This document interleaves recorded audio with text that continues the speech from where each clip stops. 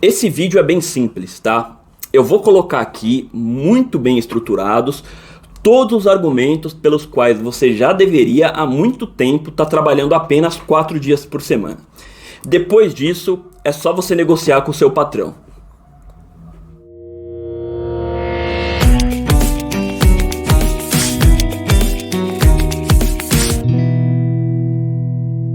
Olha, a crítica básica que se faz à economia de mercado é bastante fácil de se compreender. O grande problema dela é que da porta das empresas para dentro ela é totalmente irracional. Você tem planejamento, você sabe quanto que você vai produzir, quanto você tem que comprar, você tem cronogramas, metas, as planilhas do Excel chegam a soltar faísca. Mas da porta para fora impera o caos. O seu plano pode ser expandir para o norte, enquanto seus principais fornecedores estão pensando em expandir para o sul. Você não tem nenhuma visibilidade sobre os próximos passos do seu concorrente. Eventualmente, vocês dois podem estar transformando toda a sua operação para focar no mesmo nicho ao mesmo tempo. Você pode estar pensando em investir para aumentar a produtividade, enquanto o seu principal mercado importador está prestes a sofrer uma onda de desemprego por conta de uma automação da indústria. As políticas públicas podem estar sendo pensadas na contramão do que você precisa, ao menos que você faça lobby. Enfim, não tem racionalidade nenhuma. Da porta das fábricas para fora, a economia é um cassino e o croupier geralmente está tomando conhaque escondido no banheiro. Assim sendo, essa crítica tem lógica, mas ela ainda é uma crítica muito leve, focada em um modelo ideal de economia de mercado. Isso porque, no mundo real, na prática, essa racionalidade da porta das fábricas para dentro também não existe, ou pelo menos ela é muito limitada. Isso porque a cultura capitalista é um tanto estúpida. Ela muitas vezes tira os seus pressupostos do ânus, mas na maior parte das vezes essa cultura prepondera. Ela fala mais alto que a racionalidade, sobretudo no meio corporativo. E isso interfere em várias questões extremamente críticas, como por exemplo, o tempo que nós trabalhamos. Bastaria te dizer que o regime de 40 horas semanais foi implementado aqui no Brasil em 1988. E em muitos países já tinha sido implementado em 1960, 1950. Mas cara, desde 1950 criaram a internet, caiu o muro de Berlim, morreu o Michael Jackson, o Kurt Cobain, o Brasil ganhou 5 Copas do Mundo, o latino começou a fazer sucesso, o latino parou de fazer sucesso, a indústria começou a utilizar robôs, a indústria que faz robôs começou a utilizar robôs também. Bicho, em 1988 aqui no Brasil as pessoas jogavam Master System, a gente mandava fax. Qual a chance que a jornada de trabalho mais racional tenha permanecido a mesma depois de todas essas décadas? Nenhuma. E cá entre nós, você nem precisaria ter visto essas mudanças com seus próprios olhos para deduzir isso. Keynes, que foi um dos maiores gênios que a economia já produziu, tinha afirmado há quase 100 anos atrás que hoje em dia o ser humano estaria trabalhando no máximo 15 horas semanais. Isso aí te parece otimista demais? Bom, pensa 2 vezes, tá? Porque tem vários estudos realizados em vários países consistentemente demonstrando que o número de horas produtivas de um trabalhador hoje em dia não chega a 3 horas, às vezes a nem 2 horas por dia. Ou seja, se o que realmente interessa fosse a produtividade, Keynes teria acertado na mosca. E esses dados são todos muito surpreendentes. Afinal de contas, se você conversar com qualquer amigo seu que trabalha em qualquer segmento da economia, eu tenho certeza que ele vai te dizer que no trabalho dele as pessoas não perdem tempo com reuniões desnecessárias. Tenho certeza que esse seu amigo vai te dizer que no trabalho dele as pessoas não ficam moscando horas em redes sociais, que ninguém perde tempo com demandas que não têm nenhum impacto no resultado. Todas essas coisas são absolutamente atípicas na economia atual. Só que não. Nada disso é surpreendente para a maioria das pessoas que já trabalhou alguma vez na vida.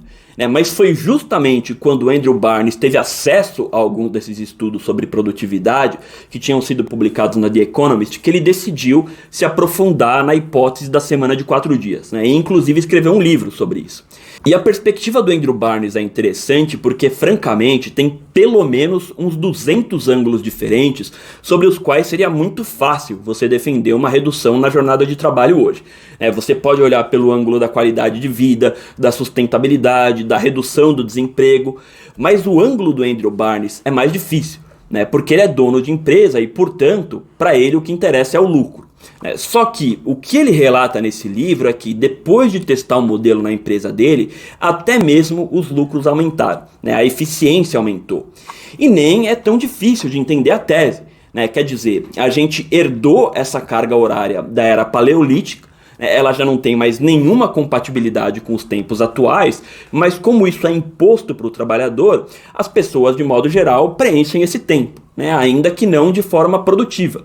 Só que, como efeito colateral, elas desengajam, adoecem, ficam desmotivadas, enfim, cria-se essa tal cultura do presenteísmo, na qual as pessoas acabam não produzindo em 5 dias sequer aquilo que elas podiam perfeitamente produzir em 4. Mas lá se vão anos, décadas, séculos, até que o livre mercado dê conta de corrigir aquilo que qualquer idiota com 3 neurônios já conseguiu perceber pelo bom senso. Para quem for cético sobre essa tese, o livro cita vários outros exemplos que obtiveram os mesmos resultados em diferentes segmentos da economia em diferentes países. Mas um exemplo clássico, que não está no livro, é a Microsoft do Japão, que aumentou em 40% a produtividade dos funcionários quando deu um dia de folga a mais por semana em 2019. Mas é como eu disse, o capitalismo não é irracional só da porta para fora.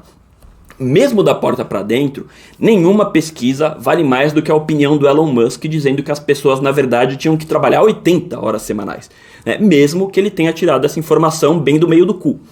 Essa cultura do trabalho enquanto eles dormem, né, de ter vergonha de desligar o computador antes do chefe, de se achar importante porque está com a agenda insana, dentro do capitalismo, isso tudo é 1000 vezes mais determinante no dia a dia do que qualquer dado objetivo que você possa apresentar sobre um modelo de trabalho mais saudável e mais produtivo. Isso porque, por trás de toda essa cultura, existe uma construção. É uma construção totalmente artificial de que o trabalho é um fim em si mesmo, é um valor universal. E isso é um contrassenso completo com toda a história da humanidade. Quem vai apontar isso muito bem é o Paul Lafargue num livro clássico chamado Direito à Preguiça, onde ele vai argumentar que, independente da cultura, ao longo da história, sempre que uma sociedade dominou a outra, o trabalho ficou para quem foi dominado. Ou seja, não existe nenhum precedente na história da humanidade de uma sociedade que dominou a outra para, cozinhar para ela. Não, olha, é que a gente adora cozinhar, a gente adora fazer um risoto, mas não tem ninguém para comer, então agora a gente vai obrigar você a comer a nossa comida todo santo dia. Vocês querem trabalhar? Não, de jeito nenhum. Vai lá transar, vai lá fazer filho porque a gente quer trabalhar para vocês, para os seus filhos, para os seus netos. É claro que não. O trabalho, ele faz parte da existência humana, é um elemento necessário para a nossa sobrevivência. Mas qualquer sociedade que realmente estivesse engajada numa evolução racional precisaria ter como um dos seus principais fundamentos a redução do trabalho ao mínimo possível, para que aí as pessoas tivessem o máximo de tempo para se dedicar àquilo que faz bem para elas. Tá aí uma pauta que não deveria gerar polêmica nem sequer para a direita conservadora. Porra, você não é a favor da família? Então trabalhe menos para você ter mais tempo para passar com a sua. Você não é a favor da religião? Então trabalha menos para você poder passar mais tempo na igreja.